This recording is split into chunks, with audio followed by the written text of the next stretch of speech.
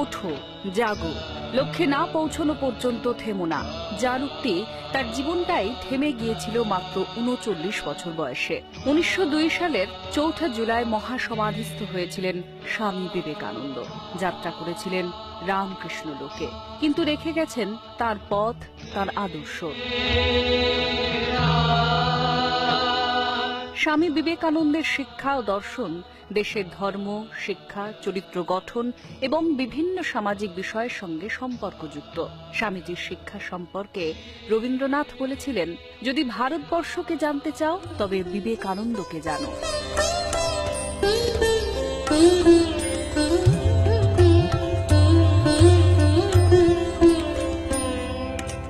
স্বামী বিবেকানন্দ মনে করতেন, শিক্ষা হলো পরিপূর্ণতার এক প্রকাশ, আর তা থাকে মানুষের মধ্যেই।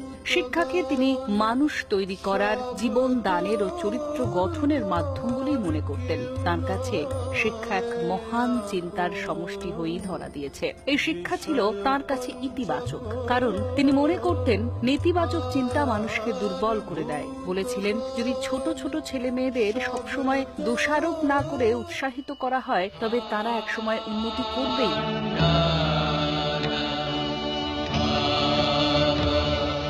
শিক্ষার সঙ্গে যোগ হয়েছিল ধর্ম। শিকাগো বিশ্ব মহাধর্ম সম্মেলনে তার বক্তৃতা শুধুমাত্র দর্শন তত্ত্বে সীমাবদ্ধ ছিল না। স্বামী বিবেকানন্দ বলেছিলেন, ধর্ম হলো আত্ম উপলব্ধির, আত্মজাগরণের। সমগ্র আত্মার বিশ্বাসে রূপান্তরিত হওয়াকেই তিনি ধর্ম বলে মনে করতেন।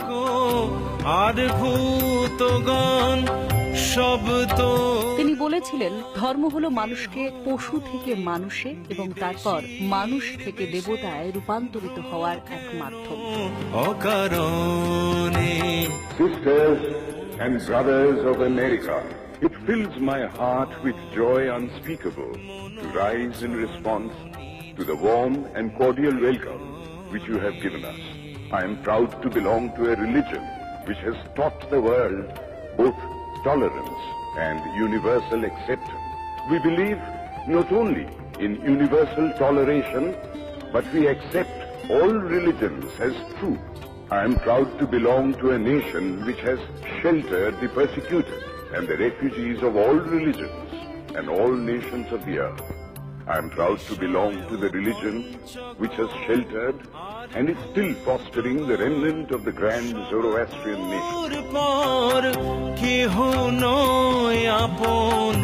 বিষয় পঞ্চক আর ভূতগণ শব্দ। ঠিক এই মতাদর্শেই তিনি বলতে পেরেছিলেন, মানুষের মধ্যেই ঈশ্বর থাকেন, তাই মানুষের সেবা করাই ঈশ্বরের সেবা। সংসার অনুলোকুঙ্গে ঝলসি গিয়াছে তার। আজ দেশ জুড়ে যখন অসহিষ্ণুতার বাতাবরণ ঘুরপাক খাচ্ছে, তখন প্রবলভাবে প্রাসঙ্গিক হয়ে পড়েন স্বামী বিবেকানন্দ, তাঁর ধর্ম, তাঁর দর্শন। তাঁর মতে জগতের সবচেয়ে বড় দুর্ভাগ্য হলো একটা ধর্মের মানুষের অপর ধর্মের মানুষের প্রতি সহিষ্ণুতার অভাব। তিনি বলেছিলেন, আমাদের শুধু সহিষ্ণুই হতে হবে না, বরং অন্য মতকেও গ্রহণ করতে হবে, কারণ সব ধর্মের সার কথাই হলো সত্য। তাই বরাবরই মনকে নিজ নিকেতনে চলতে দিতে চেয়েছিলেন তিনি। চলো নিজ নিকেতনে, মনো চলো নিজ নিকেতনে। তার কাছে আত্মবিশ্বাসটাই ছিল ঈশ্বর বিশ্বাস। বলেছিলেন, বিশ্বের ইতিহাস হলো কয়েকটি আত্মবিশ্বাস সম্পন্ন মানুষের ইতিহাস।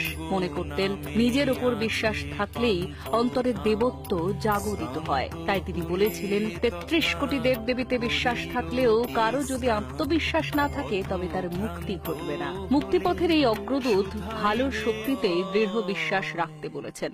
কুটির দ্বার খুলে রাখি অনিবার কৃপা করি।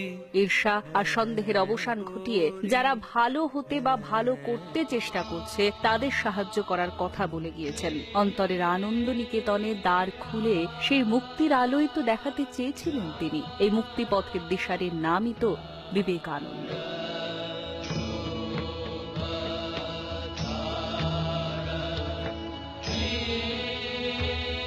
দেশের যুব সম্প্রদায়কে পথ দেখানোর মন্ত্রই তো তাঁকে করেছে যুগনায়ক। তাই 12ই জানুয়ারি শুধুমাত্র স্বামী বিবেকানন্দের জন্মদিবস কিংবা জাতীয় যুব দিবস নয়, তাঁর জন্মদিন আমাদের নতুন করে শপথ নেওয়ার দিন, অন্ধকারের উৎস হতে আলোয় উত্তরণে অঙ্গীকারের দিন।